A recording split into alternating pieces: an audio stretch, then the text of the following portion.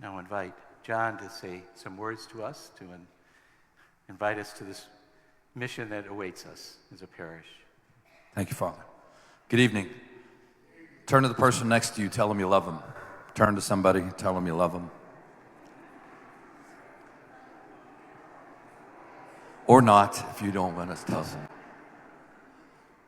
Father's homily was great, and I'm just going to disagree with one thing that he said at the end of right here, But I want to invite you to the mission, because these missions are what I would call feedings. See, when we come to Mass, technically, you don't come to Mass to get faith. You come because you already have it. Because without it, how can you believe any of it? It's actually a prerequisite before we even enter in. Like when we come to communion, we add our faith to the equation. It's like coming to somebody looking at you saying, I love you, I love you, I love you. But if you don't say, I love you back, or I believe this, it doesn't have the effect, right? The relationship is not complete. So there's something about us. I'm a lay person. I'm a grandfather. I'm a parent.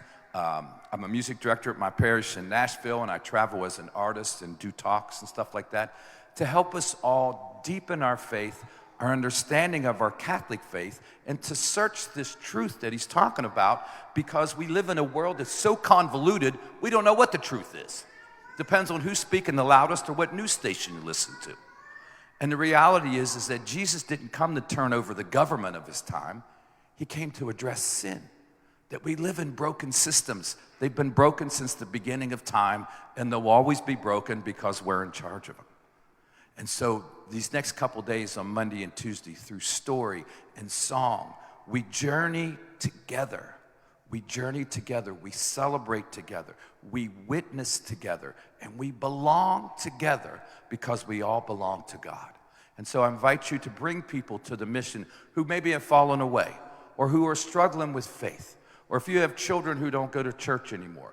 You know, part of it, I find, is that we ourselves have to develop our story of why we believe this in the first place. That we have to have a story, because can you imagine the God of the billions upon billions of stars and galaxies? Can you imagine that God? Because I can't. At some point in our lives, we run out of words, we run out of notes. And the difference between faith and reason is, a lot of times we try to reason and fit God in between our ears, and then all of a sudden we create a God of our own image. The difference is that reason is the light of a candle, and faith is the light of the sun. It's that big of a jump to be able to dive into this mystery that there is a God. Because if I asked anybody in here what's most important to you in your life, you're going to tell me your family or your faith.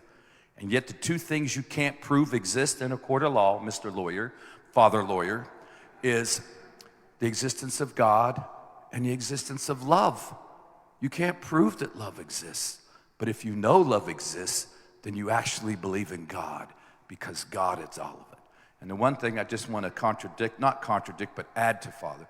Jesus came to die for us. That's his mission was to die. But the end of the mission is not death.